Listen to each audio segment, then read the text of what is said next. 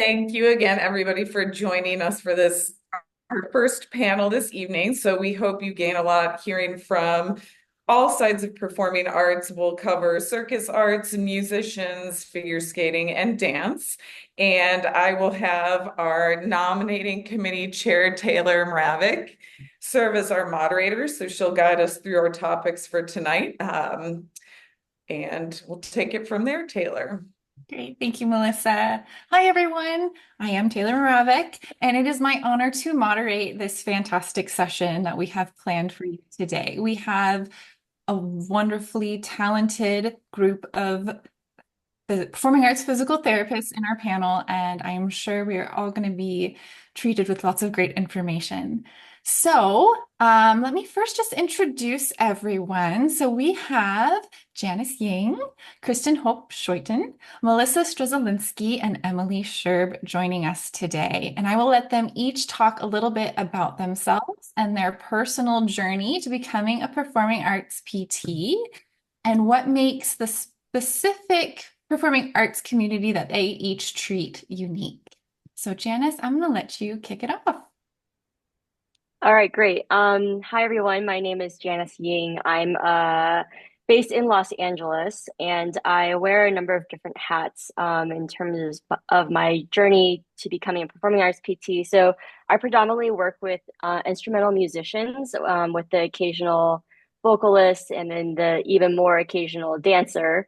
I wear a lot of different hats, but predominantly I have my own private practice called Opus Physical Therapy and Performance, and where pretty much at this point, 100% of my caseload is working with people within the music industry.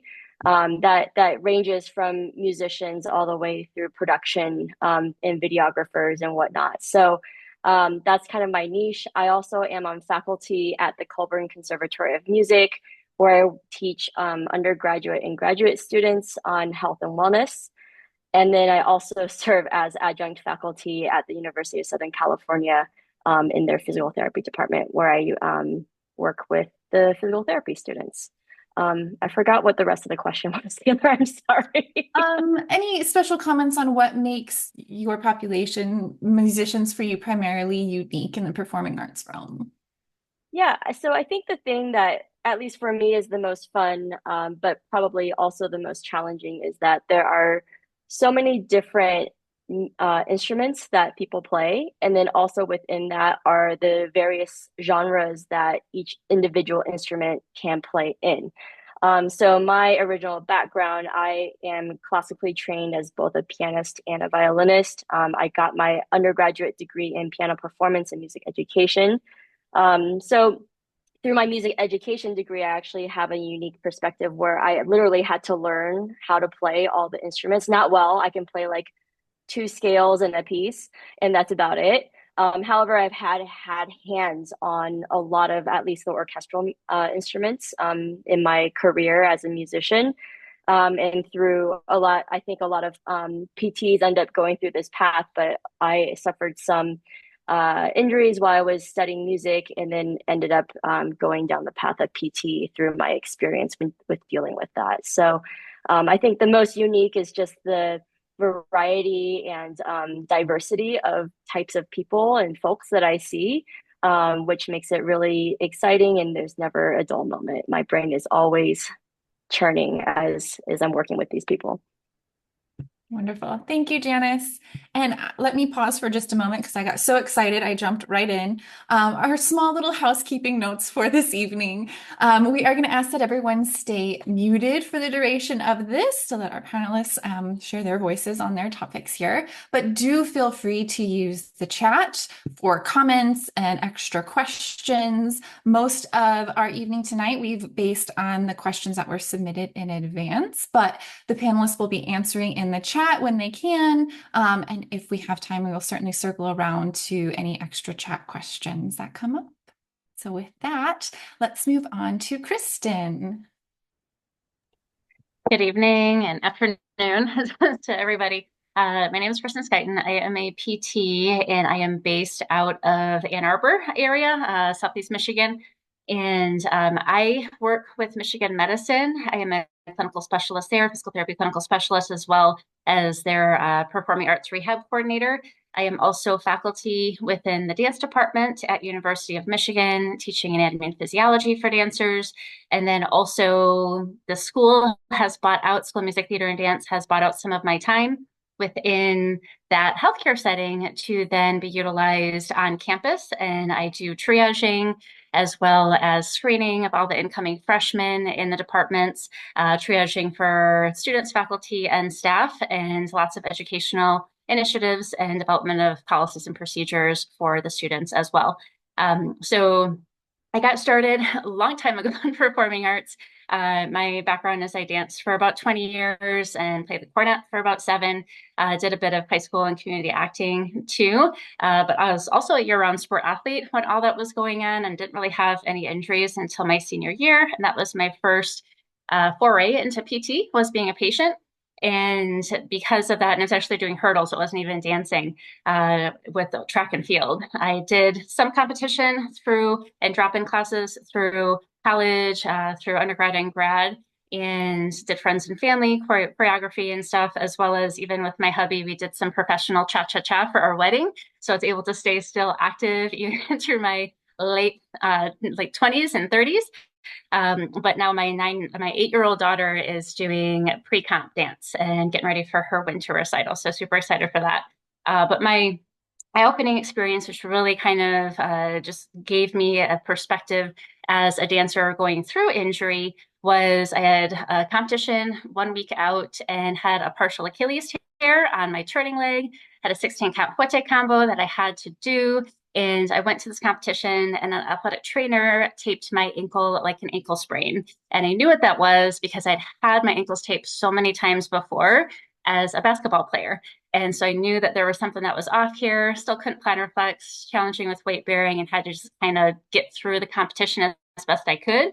And just got more injuries as I got older, and just kind of the body started to fall apart, telling me I wasn't really going to be doing this much longer. But then got into PT and was able to, through school, have some projects and stuff that was dance related.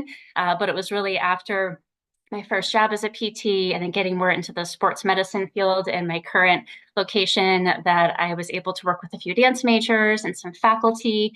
And because of having then that affiliation, developing programs, our university also established a wellness initiative that was within the School of Music, Theater, and Dance, which allowed for more programming and funding support from an administrative level, which was very helpful. And that was after we had already started some things up with the dance department to be able to spread it across all the different departments. So again, with my background in dance, I was able to do and get into skating. Been working with US figure skating now for over a decade. My husband, who's also a PT, and I were able to do some off-ice conditioning for a couple of ice dancers that lived just down the road from where we were moonlighting, doing some personal training. And they just happened to be national champions and bronze medalists at the Olympics later on. So it was pretty cool getting it from kind of that ground up type of thing. And then now being able to travel and speak and work with these patient populations. I would say too, I come a little bit different. I have my SCS as well. And so having that emergency response background has helped me to be able to do event coverage because I'm not an athletic trainer. And so I didn't have that background going into it, and being able to know how to respond in emergency situations has really helped out with the event coverage standpoint. Thank you. Thank you, Kristen. That was great. Emily, let's have you go next. Sure. My name is Emily Scherb. I am based in Seattle, Washington. I specialize in working with circus artists. My background is from the circus world. I was a circus artist and performer from the time I was actually pretty young. I was a gymnast first, and then I found circus at a summer camp when I was 10 or 11 and loved the idea of performing for claps instead of scores. And that was really fun for me, and getting to get out there and do it. And so I started pretty young. And at that time, there were very few schools in the US, probably 3 or 4, outside of like this little like summer camp type world. And so circus was really small and I kind of grew up along with it. So I've been doing circus now for more than 30 years. And since I've grown up with the community, it's been really cool to see the people that I started doing circus with going along and starting their own schools, starting teaching and kind of growing from there. So it's kind of that whole web and nest of all of us working together. Um, when I went to PT school, I kind of always thought I would treat my friends. I was a professional performer. So I was a professional performer in the circus prior to going into PT school. I took time off between high school and undergrad, and then time off between undergrad and college. I danced professionally and I did circus professionally. And then when I went to PT school, I was like, I'm definitely going to work with these folks, but there'll probably be like 3 ever at my practice. Like, this is not a thing that I can do. And I moved out here to Seattle, Washington, and we had at that time 1 circus school. And the year I moved here, a second one. Sorry, at that time we had 2 circus schools and a performance company. And then more performance companies started. Another circus school opened. We now have 13 schools of different sizes in the Seattle area. That's including pole studios. So if you are in your area and you don't think you have circus near you, I challenge you just to Google it real fast, because chances are something has popped up in the last 5 to 10 years. But I moved out here and did start seeing a couple circus patients, and also started teaching circus again post grad school, and kind of built those 2 things up together. Eventually, as I started my own business and started my own clinic, I had to give up some of the circus teaching, but that connection to that community was really helpful. So I'm also the resident physical therapist at Senka, the School of Acrobatics and New Circus Arts, which is it's a nonprofit that has since actually purchased one of the other circus schools. So they have a really big footprint here in Seattle. My clinic and my staff do coverage for the bigger shows that they do. So they do big shows 3 times a year. We do coverage for those, and we do coverage for some of their student shows as well. I am in the last, since I've been doing this now for a while, I've been asked to kind of do some continuing education for the American Circus Educators group. So I've done a lot of teaching for them, and that's kind of how I got my start, kind of starting to communicate and talk about what we do as physical therapists in the circus community. And through that, I ended up writing a book about it, got to do some work with the PASIG and write a ISC on circus with some amazing collaborators. I think at least 1 or 2 are here tonight.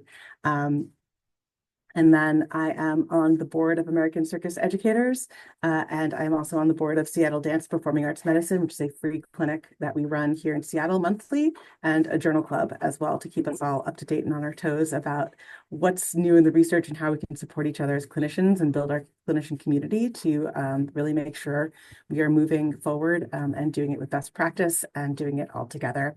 And I'm also the company physical therapist for a circus company here in Seattle called Acrobatic Conundrum. And I think those are and I'm also a researcher, do some research on the side as well. Thank you, Emily. See, I wasn't kidding. We have really talented panelists today. So thank you. Thank you for all that you do. Melissa, let's have you be our last one here. All right, I am Melissa Strzelinski. Currently, I am the vice president of the PASIG Education Chair, is one of the, like Janice, many hats that I wear. I'm based out of Denver, Colorado, and am a therapist with the Colorado Ballet. So we're just on the brink of Nutcracker season, which is wonderful. My background is not the typical PT pathway to becoming a performing arts PT. I was somebody that was an undecided undergrad major, dabbled in anthropology, thought I wanted to be a pediatrician, wasn't quite sure what I wanted to do, but also had a great love of dance and the arts. So in my undergrad, I ended up double majoring in dance and journalism, but took all my PT prereqs because in my indecision, it was in dance class that the idea of a PT kind of came to life. I was studying to be a BS in dance, and a prerequisite was taking anatomy. So getting in the cadaver lab was just fascinating to me because it was my love of science really emerged in seeing how everything is connected, put together with a skeleton coming into the dance studio and seeing why our shoulder can move one way and our hip can move similarly, but our knees and elbows are completely different. So I kind of had this merging of art and science ta-da moment when PTs and a local physiatrist came in and gave injury prevention lectures to the dance students. So I of course had my share of issues as a modern dancer, but I never had PT for anything in my life, but just this idea that using movement and a science-based background could be a way to treat and intervene became really fascinating. So that was kind of my indirect route to becoming a PT. And then once I was in grad school, I really wanted to hone in on dance. There weren't very many clinical education experiences at the time. So I sat down with my program chair and said, like, what can I do? This is really what I know, this is where I want to end up. And we worked together to get an affiliation with Marika Molnar at Westside Dance. My program director had been a Columbia student many moons ago and called Marika and explained the situation. So Marika welcomed me to her clinic. So I had the good fortune of studying with Marika, and Andrea Zucco were my primary CIs. And from there, just always networking and finding opportunities. I'm from Chicago, so I spent the early part of my career pursuing the company that would allow me to work with dance companies. So at the time that was Athletico. So I spent a lot of my early career with the Joffrey Ballet and River North Dance Chicago and Broadway and Chicago shows. I have not always been like a full-time dance medicine therapist. I think we'll all agree it's very hard to do that. You often need another clinical kind of setting to help support your practice as you're finding your way. But in the entire course of my career, I've always been involved with dancers. I then worked in Vail, more in the sports medicine, orthopedic setting, but would drive down to Denver, which is kind of how I currently got involved with the ballet, just seeking out an opportunity where I would occasionally help with shows. But now I live in Denver, so I'm a much more regular therapist on our wellness team.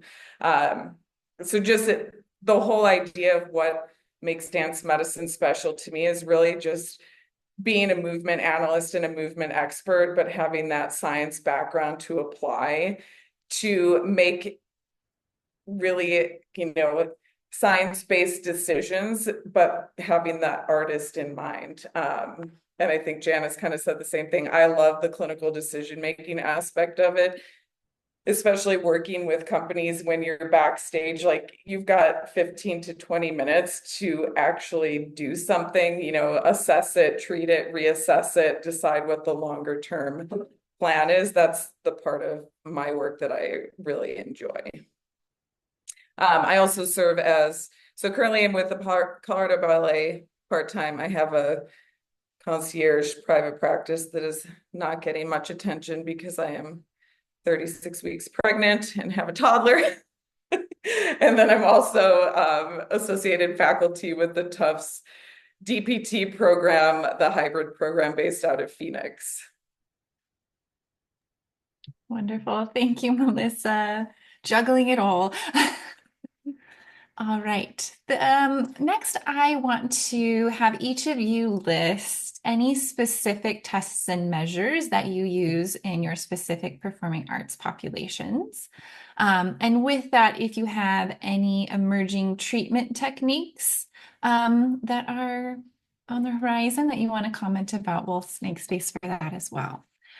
So Kristen, let's have you kick this one off.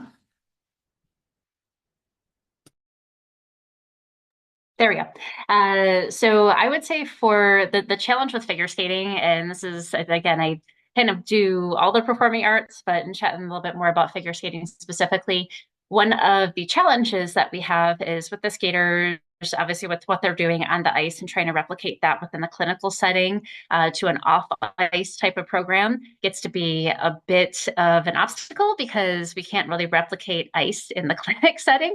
And so when we're looking at trying to do, whether it's test measures and seeing how that would then play out and have a direct correlation to what they're doing on the ice can be a bit tricky. I can say that in my years in working with US figure skating, they have went through and tried to develop. There was a combine that was called STARS. That was more of a standardized testing for rising skaters.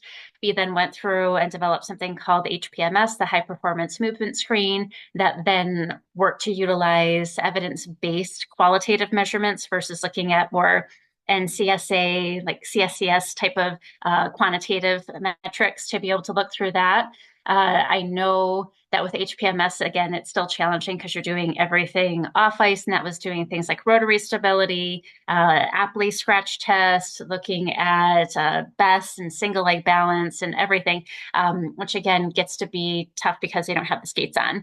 And so with what we've been able to see and replicate, one of the easiest things that does have a lot of carryover, even if it is on flat ground versus on the ice, is like a Y balance test because of the crossovers that the skaters have to do. So if it's a lower extremity, trying to work through something like that.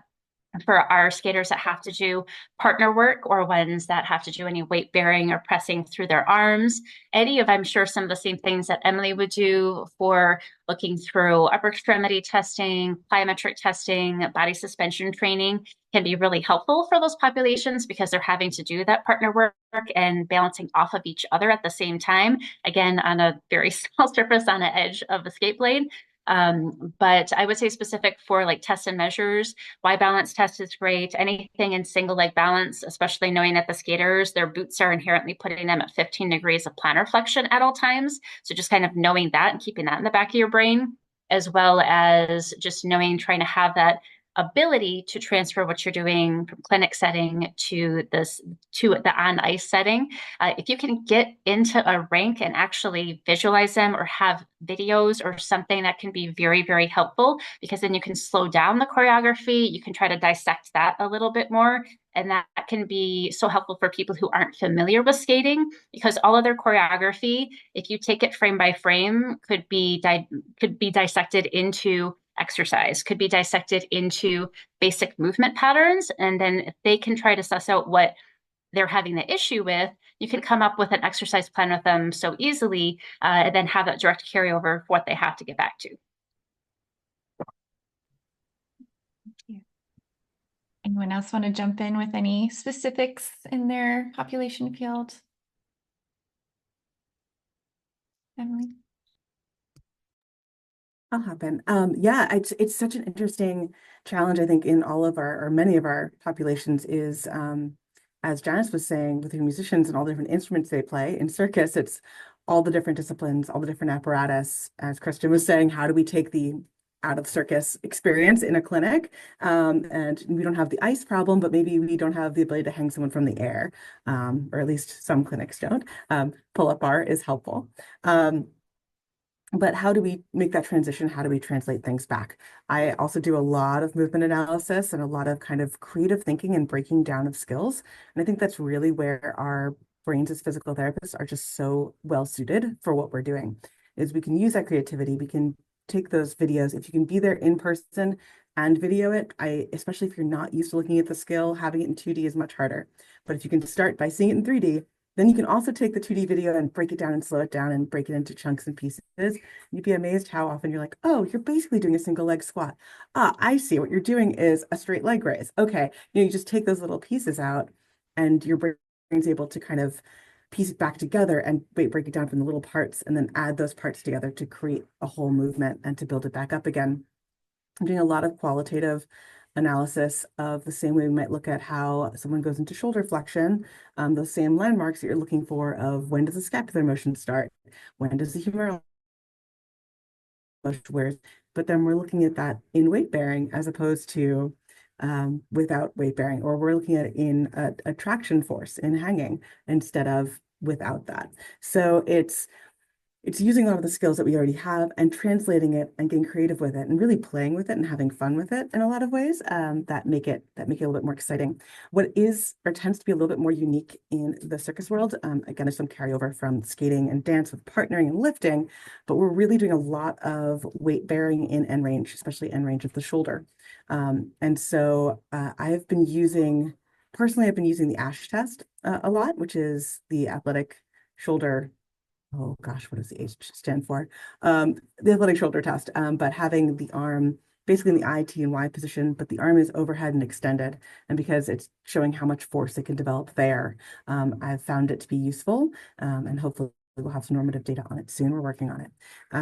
And so that's one that I've been playing with more and more in my clinic, just to see if we can get that pushing motion up overhead that's going to ideally be a little bit protective for that shoulder joint when we do have a tractioning, hanging force, and underload. Thanks, Emily. Anyone else? Melissa? I think we're highlighting some of the challenges that we face as performing arts clinicians. Is one, there's really not a lot of normative data for some of the tests that we'd like to use.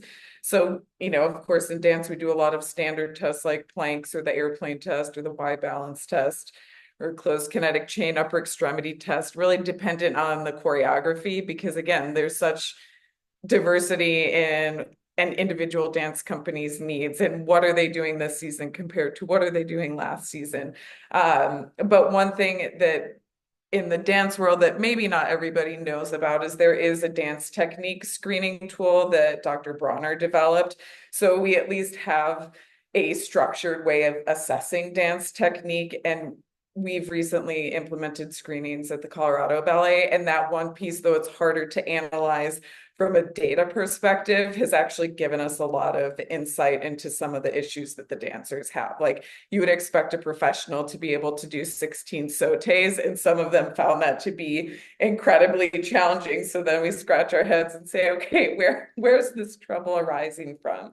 But that also kind of speaks to, in this realm of performing arts, we do need more research so that we can compare things that we do in one population to the other. A lot of the existing studies, circus arts is still emerging. All of our areas are still emerging, but that's kind of what also makes it exciting. The challenges always present opportunities. So even looking at things like, do we have normative data in dance for strength? No. My dissertation looked at trying to use dance specific movements in assessing hip strength, which there's a lot of work to be done 6 years later, but it just facilitates discussion of we need to do more to collaborate amongst different companies and different schools to really put all the efforts that we're making into the public's eyes, so then we can help each other in using that information. Thank you, Melissa. Janice, do you have anything you want to add? Yeah, so at the risk of sounding like a broken record, really the literature is not up to where we need to be in order to kind of like really soundly recommend any particular screen or survey or anything like that. I think the music world has been really good at collecting information in terms of injury like prevalence, kind of incidence and prevalence, as I'm sure with dance and circus as well. Like, we know that injury rates are really, really high compared to kind of our standard populations. There's more surveys being done to kind of gather more kind of like qualitative information. However, there are very few kind of screenings or validated screenings that have kind of emerged to date.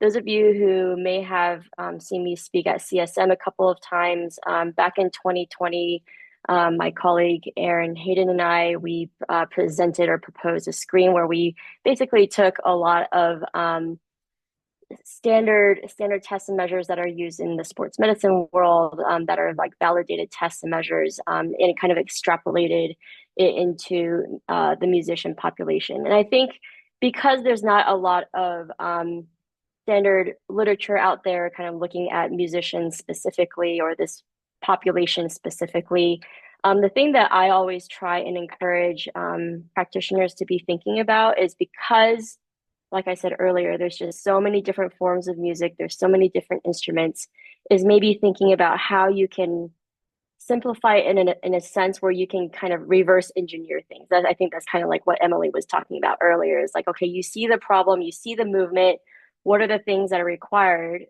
for this body to be able to perform the thing? And so I think we're all really well equipped as physical therapists and as movement scientists to really break apart and analyze, the physical demands of it. But because there's so many different instruments and so many different forms, what I try to do is categorize each instrument into kind of playing positions. And so you have those instruments that are kind of more elevated. So I'm thinking about, like a trumpet, for example, or a violin. That would be an elevated playing position. And then you can further divide it into a symmetrical playing position or an asymmetrical playing position.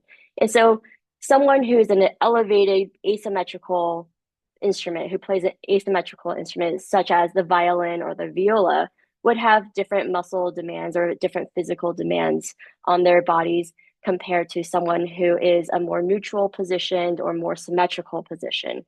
And so we kind of took those concepts and thought about, okay, well, how can we test someone's body for that specific challenge? Also, a lot of the tests in the sports medicine world are also like closed chain tests. And so how do we mimic those things, kind of like everyone else has been saying? How do we mimic or find validated tests and measures that kind of simulate the playing positions that these musicians might have to go through, which are mostly open chain type activities. So we have a screen that I've used kind of in different settings. I just did one like less than a week ago at the Recording Academy on just musicians at this event that MusiCare has put on, which is really fun. I've done it on some of my students at Colburn, but it hasn't been validated yet. And I wish more studies can come out and maybe even just like look at one or two components that can be applied to musicians in general. So I think that's the struggle that all of us face. Being in performing arts medicine is, as with all things, with all research, more research is needed in order to help support the things that we're seeing in the clinic and that we're seeing kind of anecdotally or kind of our clinical expertise. We might be able to comment on these things quite soundly and quite eloquently. However, we of course always need that research to back us up to make sure that everyone is marching down the same path. Thank you, Janice. All right, we're going to move forward here. I know many of you have your own practice, so to speak. So, best recommendations, 1 to 2 favorite tips for helping others broaden their outreach in their performing arts field to build a performing arts focused caseload. I'm going to let whoever wants to speak jump in, 1 or 2 of you here. I love talking about this. I'm happy to jump in. I think, especially in the circus world, there is, and this is probably true for all performing arts, but I'm going to stick to my knee. There is such an explosion of recreational circus and such a rapid growth of this community, and the education for opening a studio or teaching in general. There is no certification process that is an official certification process. So anyone can open a studio, and they're often doing it by the seat of their pants. And I'm not saying that's necessarily a bad thing, but I am saying they are out there on their own, and they would love someone to come in and say, hey, I have some ideas of how to help you. I have some ideas of ways we can work together to keep your students paying and in class. Right. So I think approaching studio and studio owners, especially the smaller ones, is a really, really great way to develop a symbiotic relationship that is supportive of what they do. It helps them have a resource, because the students, we kind of know from the dance world that students go to their instructors first and say, my ankle hurts, what do I do?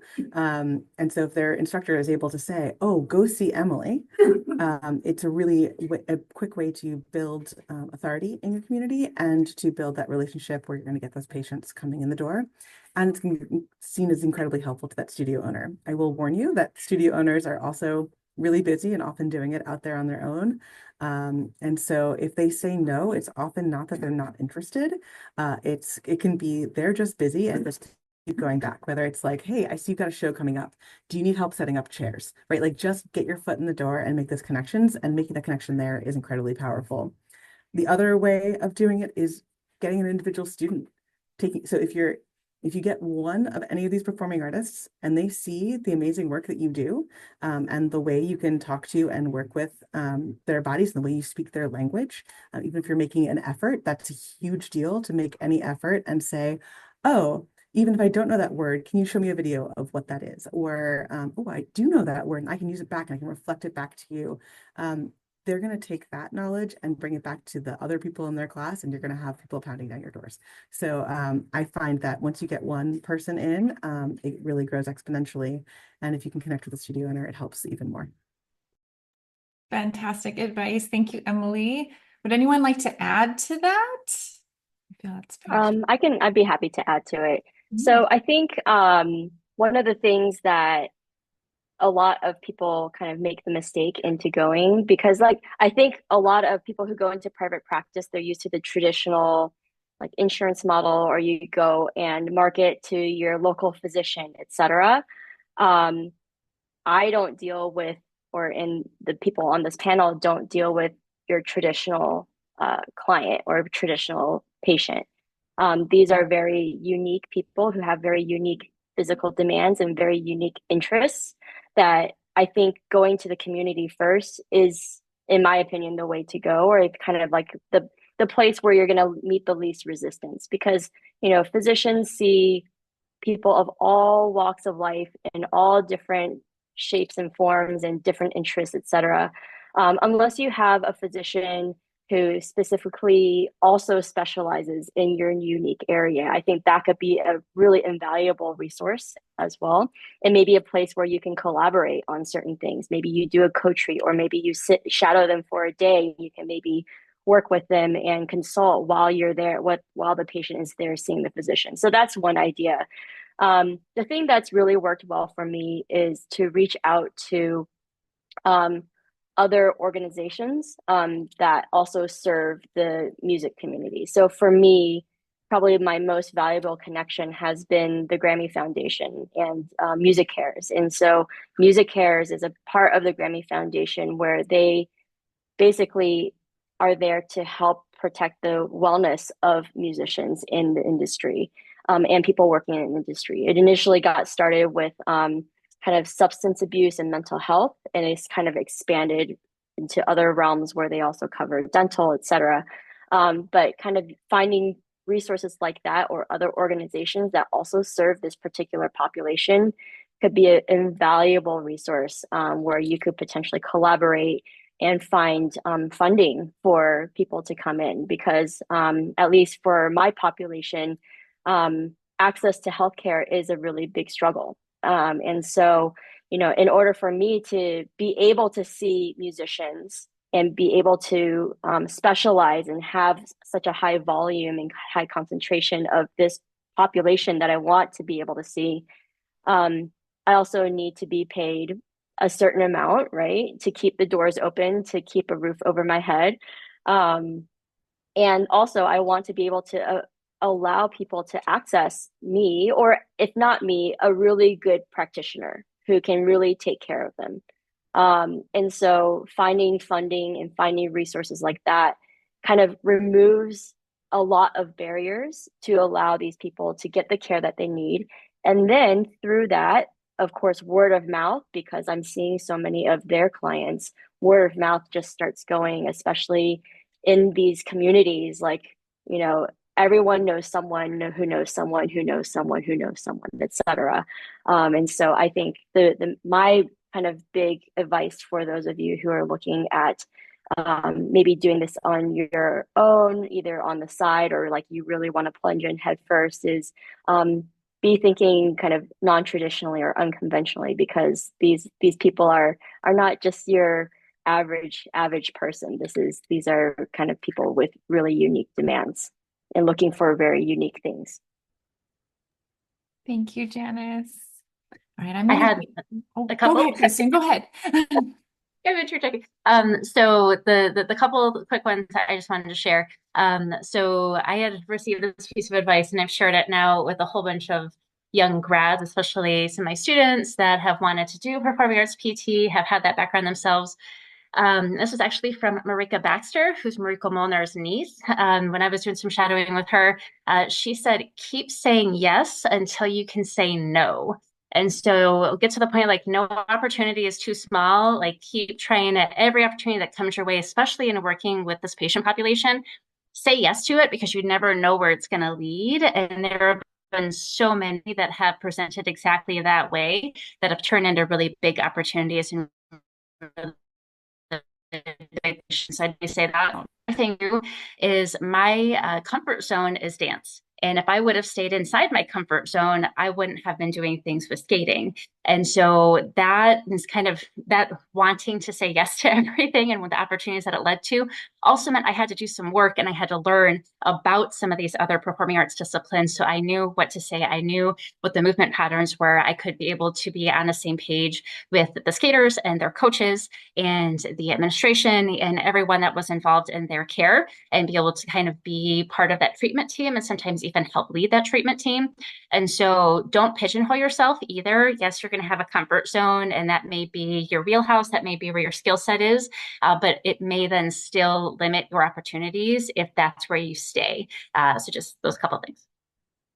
Thank you for sharing those, Kristen. Those are great. Can I be super quick? Oh, yes. This So is a good topic. Sure. Yes. Again, saying yes more often than no. I think starting small is a really great way. And I say, like, you have to give something to get something. Starting with local, like a small in the dance world, a small dance community, a studio, offering your expertise to do point shoe readiness, injury screening. And I say that one, they're already invested in what they're doing. They have parental support. But the bigger piece to me is that you're instilling the importance of taking care of an injury, learning about your body. So then we create the culture shift in dance where my body is important. This is my instrument to a long and healthy career. So if and when they do become a professional, they're better advocates for their care. So I think there's an intangible value that, yes, helps us build our practices, but starting in those smaller community-based settings to say, wow, this really is the power of PT and wellness in my career. Thank you, Melissa. Can I just add one more thing too? And just because Kristen said something that made my light bulb go off. But basically, also a lot of it is just education in terms of the community, knowing what a good performing arts PT can do. Because a lot of people are just used to kind of your standard PT clinic, etc. It's like, oh well, I thought that all you were gonna help people with is like low back pain or ankle pain. And really the people who specialize in performing artists like actually no, like we can speak your language, we can provide these things and kind of educating them about this is where else we can go. This is what else we can show you. So that's all I wanted to add in. Perfect. I'm going to move forward, everyone. If you have extra ideas, throw them in the chat because this is great information. So I want to try and squeeze in 2 more questions before we wrap up for the evening. The next one being specific recommendations for continuing education opportunities that highlight performing artists. Let anyone jump in with a list of theirs. Well, I'll be the plug first. Obviously, attending any PASIG platform presentations, pre-con seminars at CSM. I have to say that as the education chair. But CSM is always a wealth of information, and we've been trying to increase our presence in posters. We have a pre-con course this year, which is very exciting. But I'll let the rest of the panelists speak to a little bit more specific information. I'll just say what I'll have to say because mine is pretty brief. There aren't many, or if any, music-related Con Ed classes that I'm aware of. If there are, please let me know. I'd love to know about it. There are things that I'm in discussions with. Potentially, we'll have something down the pipeline at some point within the next few years, but nothing active as of now. But I think Emily should talk about this a little bit. I think what Janice is alluding to is the Performing Arts Medicine Association is a international association that kind of started and has its roots in actually the music world and has since exploded to really include all performing arts. I'm thrilled I'm going to be co-chairing that conference in DC for 2025. Our submissions for abstracts did just close, but please come see it, come listen, come learn. We really do have a wide breadth of the performing arts. So we'll have talks on vocalists, musicians, actors, dancers, for circus. We have, gosh, a little bit of it from every angle too. So if you have questions about PAMA and that organization, please let me know.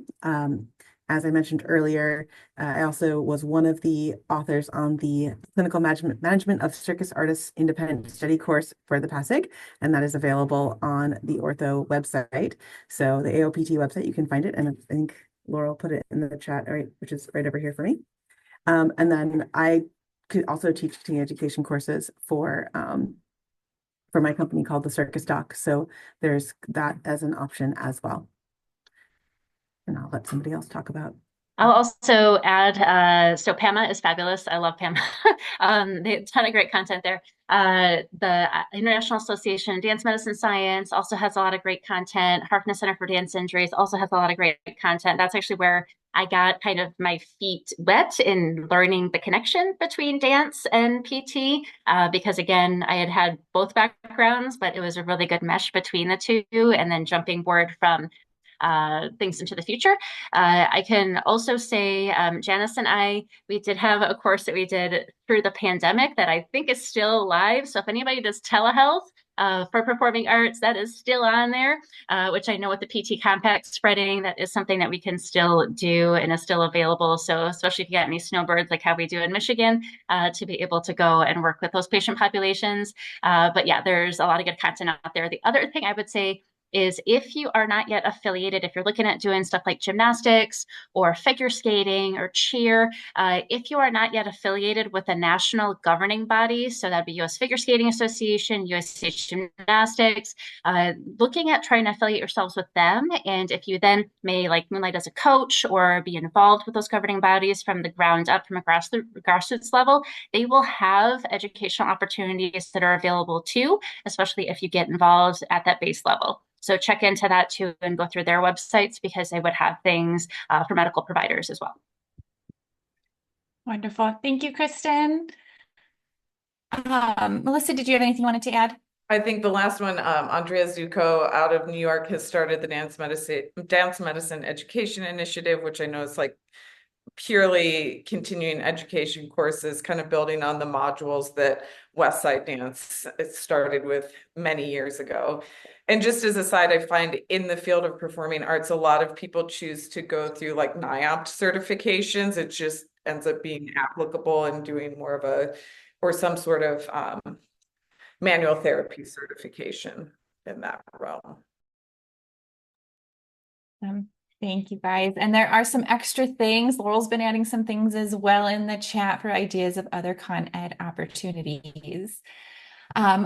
Possibly our last question here. We might be able to squeeze one more in. There is a hot topic going on in the performing arts world revolving around concussion. So I do want our panelists to have input in their fields in this realm as well. Kristen, I'm going to go to you to kick this one off. Okay, awesome. So I know Laurel had put into the chat myself and my husband and a couple of my colleagues, including an amazing researcher, athletic trainer out of University of New Mexico, and then one of our other PTs who does a ton of concussion work. We are presenting with concussion discussion in the performing arts, and that will be one of the educational sessions that is at CSM coming up in February. And it includes some of the research that we put out, systematic review on concussion, as well as best practices and what we've been able to roll out from an acute management perspective in performing arts, and working with the figure skaters and working with gymnastics, and then coming through from clinical management, even being able to, again, I'm in a university setting at Michigan and trying to put out these types of policies and procedures, including return to learn and return to performance for our student performers that are concussed and kind of have that double-edged sword of the fact they have to still stay in their academic classes, and then some of their movement is then wrapped into their academics, and it can be really challenging for them to be able to continue to participate while they're concussed or trying to recover and navigating all of those challenges. So we're seeing that within the performing artists that are at the college university level, especially because concussion education, concussion management is not necessarily something that's mandated or prescribed. I know for our kiddos that do recreational soccer at young parks and rec level, we have to do a sign off for them that we have this basic education for concussion. As their parents, I know we have the Michigan High School Athletic Association, NCAA mandates training for all of their administrative staff, their coaching staff, their athletes, everyone involved in their care. But this doesn't yet exist in the university population for our performers. And so again, an area of growth that we could potentially do a lot with as healthcare providers within this community. I know even with what we're seeing in skating, there's still a disconnect in what to do or what not to do with some of our skaters that are ice dancers or pair skaters and what to do with their partner when they're on the ice. And I know the Professional Skating Association, the PSA, is putting out more content for coaches, but it's not necessarily mandatory 100% of the time, especially at the younger levels for our young skaters that are still getting head injuries. And then knowing what to do, knowing not to get back to the field of play within that 24 hours. So there's a lot of room for education that I think that we can have in collaboration with these teams, with their whole care team, to be able to help get them back safely and make sure that they're getting fully assessed, fully recovered before they return. Emily, if you would like to add to that, yes, please. Yeah, I think it's awesome, and I actually am really excited to go see your talk. I was like, yay! But we have this huge conversation in the circus world too, because there's such a huge education deficit of, oh, I can get a concussion from hitting the net really hard, or that whiplash injury that that you can get. They don't really understand that it doesn't have to be impact. Also, a lot of adults and a lot of the recreational circus world is adults don't realize you can get a concussion as an adult. It's just not as diagnosed or treated. So about a year ago, a bunch of us created a little bit of a circus concussion resource. I just put a link to in the chat. It's not perfect, but it does kind of give some ideas of returning to circus. It is written more as an educational tool for instructors in the American Circus Educators realm, but it does have a guideline. So if you are a clinician, you'll be able to look at it with a slightly different eye. It looks taking the concussion consensus statement from, I believe, 2022 and extrapolating that guideline of return to sport with the circus kind of lingo laid on top of it. So if you're looking for something, that's in the chat as well. Thank you. Any other comments to add to concussions and performing artists? Okay, let's jump to another more kind of case-specific one that got a lot of traction in the early questions related to safe stretching techniques and end of range of motion strengthening for hypomobile movers. We had a lot of questions around that topic. Anyone wants to jump in with that?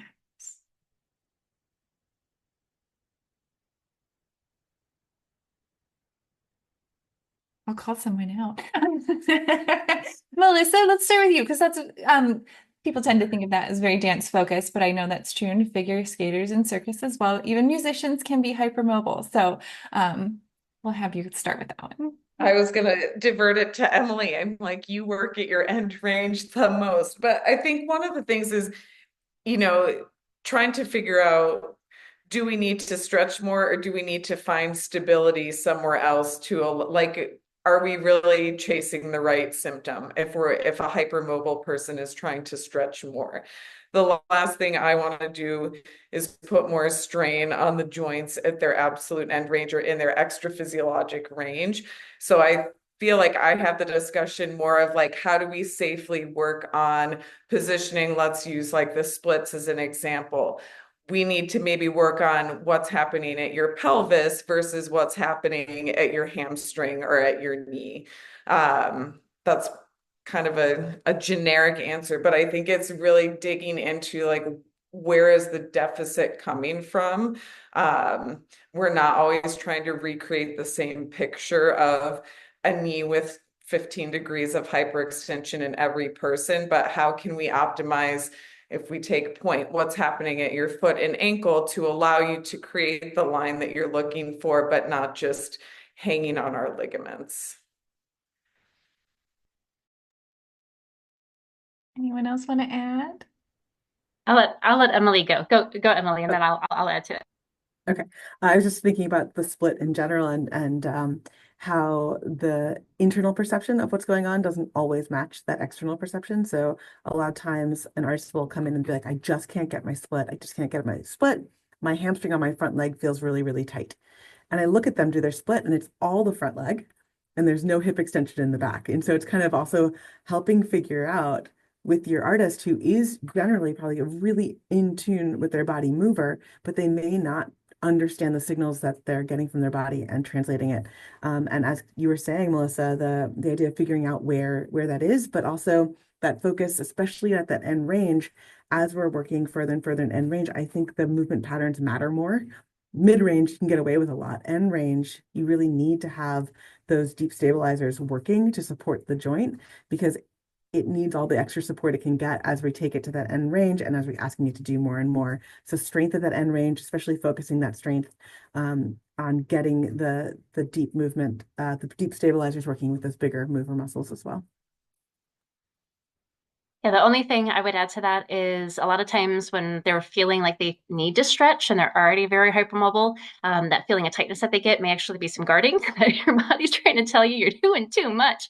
And that trying to work on maybe strengthening through the full range of motion can be helpful with getting them a little bit better proprioception and exactly where they are in space too, because their body's probably trying to tell them something and it might not be good to try to push through that.